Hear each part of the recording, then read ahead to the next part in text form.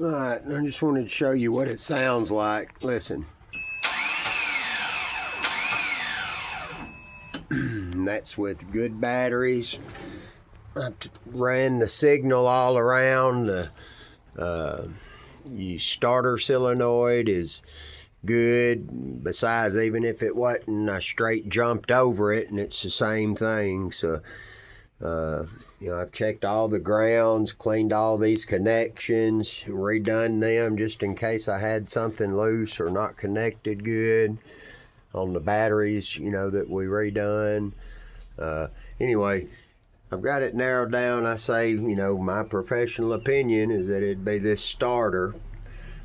You might get lucky and it be a wire loose or something once we get back there to it, but you can't even, this is the space I'm talking about here that you have to work with, about a hand's width.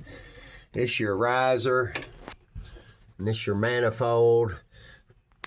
Might get away with just pulling the riser and the boot here, and maybe have enough room to get back in here and work, but I'm not sure. You got about 4 inches right here.